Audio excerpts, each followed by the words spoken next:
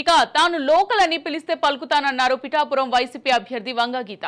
సమస్యలను తీరుస్తానంటూ చుట్టంచూపులా వచ్చే సినీ నటుడిలా కాదని విస్తృత ప్రచారం చేశారు. గత 5 సంవత్సరాల నుంచి పిఠాపురానికి అనేక అభివృద్ధి కార్యక్రమాలు చేశానని, ఎన్నికల్లో పిఠాపురం నియోజకవర్గ ప్రజల మద్దతు నాకే ఇస్తారంటున్న వంగ గీతతో మా Kakinada correspondent Durgarao face to face. రాష్ట్రంలోని అందరి చూపు ఆ నియోజకవర్గంపై. ఎందుకంటే ఓ పక్క జనసేన పార్టీ అధినేత పవన్ కళ్యాణ్ పోటీ చేస్తుంటే, మరో పక్క రాజకీయాల్లో ఓటమంటూ తెలియని వంగ గీత గారు ఆ నియోజకవర్గంలో పోటీ చేస్తున్నారు. ఈ ఇరువురులో ఎవరు నెగ్గుతారన్నదైతే చాలా ఉత్కంఠ నెలకొంది ఆ పిఠాపురం నియోజకవర్గంలో. ఓ పక్క నేను లోకల్ అంటూ వంగ గీత గారు ప్రచారం చేస్తున్నారు, మరో పక్క నాకొక్కసారి అవకాశం ఇవ్వండి పవన్ కళ్యాణ్ గారు ప్రచారం చేస్తున్నారు. మరి పిఠాపురం ప్రజలు ఎవరు తీర్పు పెడతారన్నది తెలియాలంటే మరి కొన్ని రోజులు వేచి చూడాలి. ప్రజెంట్ వైఎస్ఆర్సీపీ పార్టీ అభ్యర్థి సీనియర్ వైఎస్ఆర్సీపీ నాయకురాలు మాజీ ఎంపీ వంగ గీత గారు మనతో అందుబాటులో ఉన్నారు. అవును, మరిన్ని వివరాలు తెలుసుకుందాం. చెప్పండి మేడం, ఎలా ఉంది? ఎన్నికల ప్రచారం చేయిస్తున్నారు కదా, ప్రజల నుంచి రెస్పాన్స్ ఎలా ఉంది? రెస్పాన్స్ చాలా బాగుంది. పూర్తి నమ్మకంతో జగన్ గారి మీద నమ్మకంతో ఉన్నారు పబ్లిక్ అంతా కూడా. అంతేకాకుండా సంక్షేమ పథకాల అమలు కావచ్చు, లేదా లోకల్లో జరుగుతున్న డెవలప్మెంట్ ప్రోగ్రామ్స్ కావచ్చు, అన్నింటికీ కూడా ముఖ్యంగా వాళ్ళ పిల్లల ఎడ్యుకేషను, అదేవిధంగా కుటుంబ సభ్యుల హెల్త్, ఈ రెండుకి సంబంధించి చాలా సపోర్ట్ లభిస్తుంది మాకు ఈ గవర్నమెంట్లో. రెండోది, పేదవారికి గౌరవం బాగా పెరిగింది. ఎందుకంటే మేము ఇదివరకు ఆఫీసుల చుట్టూ మేము తిరగాల్సింది లేకుండా వాలంటీర్ సిస్టమ్ ద్వారా మాకు అన్నీ కూడా ఇంటి దగ్గర నుంచి కూడా జరిపించే విధంగా జగన్మోహన్ రెడ్డి గారు చేశారు. కాబట్టి ఈ గవర్నమెంట్ని మేము సపోర్ట్ చేస్తాం, మళ్ళీ గవర్నమెంట్ రావాలని కోరుకుంటున్నామని చెప్పి అందరూ కూడా చెప్పడం జరుగుతుంది. మీరు ఎంపీగా ఉన్నప్పుడు పిఠాపురం నియోజకవర్గానికి ఎన్ని నిధులు తీసుకొచ్చారు, ఏమేమి ప్రాజెక్టులు తీసుకొచ్చారు? పిఠాపురం నేను కంటిన్యూగా పిఠాపురంతో నాకు అనుమానం ఉంది. జిల్లా పరిషత్ చైర్మన్ అప్పుడు స్కూల్ బిల్డింగ్స్, అదేవిధంగా చెరువులు, ఇవన్నీ కూడా డెవలప్ చేయించడం జరిగింది. రోడ్లకి కూడా ఇవ్వటం జరిగింది ఎంపీగా జిల్లా పరిషత్ చైర్మన్గా. అట్లాగే ఎంపీ రాజ్యసభ అయిన తర్వాత కూడా ఎక్కువగా టెంపుల్స్కి కానీ, అలాగే రోడ్స్, అది స్కూల్కి, ముఖ్యంగా స్కూల్ డెవలప్మెంట్కి సపోర్ట్ చేయడం జరిగింది. అలాగే మనకి హాస్పిటల్కి నేను ఎక్కువ నిధులు కేటాయించడం జరిగింది. జనరల్ హాస్పిటల్లో కూడా ప్రత్యేకంగా ఆ రోజున్న పరిస్థితులను చూసి వెంటనే స్పందించి క్యాజువాలిటీ బ్లాక్ను కూడా కట్టించి జనరల్ హాస్పిటల్కి ఇవ్వటం జరిగింది. అట్లాగే మనం మొన్న ఎమ్మెల్యేగా చూసుకుంటే చాలా ఈ పిఠాపురం నియోజకవర్గానికి నాకు చాలా చేసే అవకాశం వచ్చింది ఎమ్మెల్యేగా. అప్పుడు ఈ పిఠాపురం నియోజకవర్గాన్ని హైలైట్ చేయడం కోసం నేను జిల్లా కోర్టునే ఇక్కడ శాంక్షన్ చేయించాం విత్ బిల్డింగ్. అంతేకాకుండా ఎడ్యుకేషన్గా పరంగా డెవలప్మెంట్ కావాలని చెప్పి మరి గవర్నమెంట్ జూనియర్ కాలేజీ పెండింగ్ ఉంది ఎప్పటి నుంచో 20 సంవత్సరాలు, అది శాంక్షన్ చేయించడం జరిగింది. తర్వాత గవర్నమెంట్ పాలిటెక్నిక్ శాంక్షన్ చేయించడం జరిగింది విత్ బిల్డింగ్. గవర్నమెంట్ ఐటీఐస్ కూడా శాంక్షన్ చేయించడం జరిగింది. అంతేకాకుండా హోటల్ మేనేజ్మెంట్ కాలేజీని కూడా శాంక్షన్ చేయించడం జరిగింది. 12 కోట్ల రూపాయలు సెంట్రల్ గవర్నమెంట్ నుంచి కూడా శాంక్షన్, టూరిజం డెవలప్మెంట్ నుంచి కూడా శాంక్షన్ చేయించి ఇవ్వడం జరిగింది. ఇతర టౌన్స్లో ఉండే టెంపుల్స్ అన్నీ కూడా మనం డెవలప్ చేయడం జరిగింది.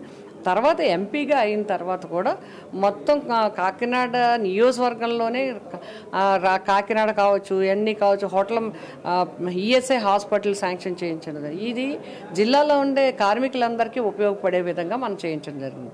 అంతేకాకుండా పర్టికులర్గా మన పిఠాపురం కాన్స్టిట్యున్సీ చేసుకున్నట్లయితే ఇక్కడ ఒక పోలీస్ స్టేషన్ నిర్మాణం, దగ్గర 1 crore పోలీస్ స్టేషన్ నిర్మాణం శాంక్షన్ చేయించిన బిల్డింగ్ కట్టించడం జరిగింది.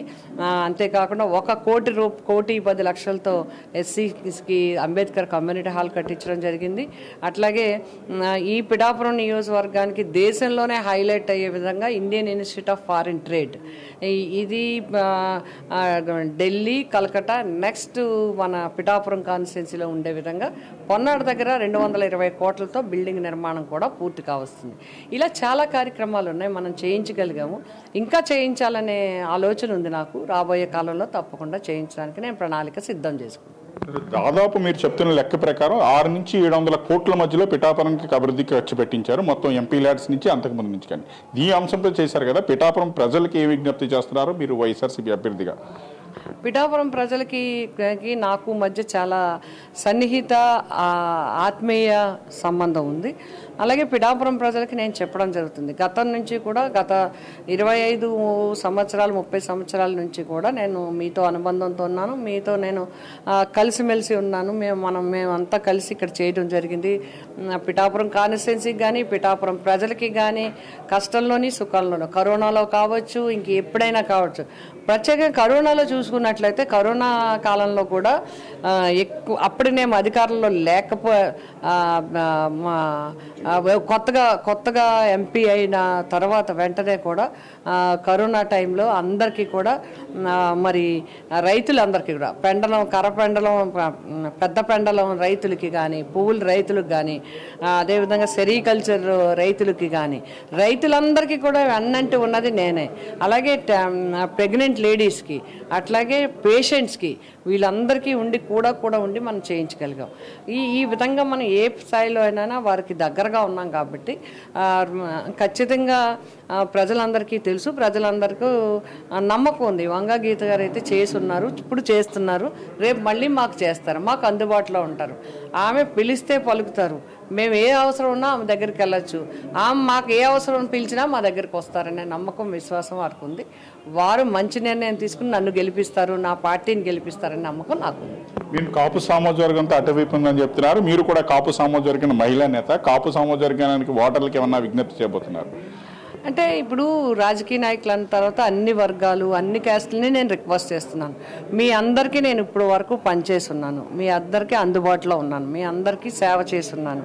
ఇంకా కూడా నా ఊపిరి ఉన్నంత వరకు చేయడానికి నేను సిద్ధంగా ఉన్నాను. నా ఆలోచన బాగున్నంత వరకు నేను చేయడానికి సిద్ధంగా ఉన్నాను.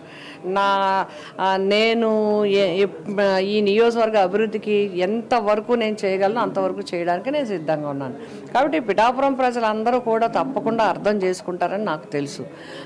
ఎందుకంటే ఇక్కడ కావాల్సింది, అందరికీ కావాల్సింది, ఎవరు ఎన్ని చెప్పినా కూడా పిఠాపురం ప్రజల అభివృద్ధి, పిఠాపురం నియోజకవర్గం అభివృద్ధి చెందాలి, పిఠాపురం నియోజకవర్గ ప్రజలకి అందుబాటులో ఉండాలి. ఈ 2 అంశాల మీద తప్ప మిగతా ఏ అంశాల మీద ఎలక్షన్ జరగదు. ఇప్పుడు మీరు పవన్ కళ్యాణ్పై పోటీ చేస్తున్నారు. నెగ్గితే మీ పార్టీ అధికారంలో వస్తే రాష్ట్ర కేబినెట్లో మీరు వెళ్తారంటూ ప్రచారం కూడా జరుగుతుంది. ఎంతవరకు నిజం? అంటే ఇప్పుడు సరే రకరకాల మాటలు, రకరకాల ఆలోచనలు ఉంటాయి, కానీ మా ఆశయం అంతా ఒకటే. మళ్ళీ ముఖ్యమంత్రిగా సీఎం గారు జగన్మోహన్ రెడ్డి గారు రావాలి. ఎందుకంటే అది ప్రజల కోసం కావాలి, ఆంధ్రప్రదేశ్ రాష్ట్రం కోసం కావాలి. రెండోది పిఠాపురం నియోజకవర్గం తప్పకుండా వైసీపీ గెలవాలి, వైసీపీ తరఫున వంగా గీత గెలవాలి. ఇది ప్రజల ఆశీర్వాదంతో జరగాలి. ఇది మా ఆలోచన. అది మరోసారి నాకు పిఠాపురం నియోజకవర్గం నుంచి అవకాశం ఇస్తే దాదాపు 1000 కోట్ల దాకా అభివృద్ధి పనులు గతంలో చేసినప్పటికీ కూడా మరింత అభివృద్ధి కార్యక్రమం చేస్తానని చెప్తున్నారు. ఎట్టి పరిస్థితుల్లోనైనా సరే మరోసారి ప్రజలు అవకాశం ఇవ్వాలని చెప్తున్నారు. ఇది ఇప్పటివరకు తాజా పరిస్థితి. వీడియో జర్నలిస్ట్ శ్రీనితో దుర్గారావు, రాజు న్యూస్, పిఠాపురం.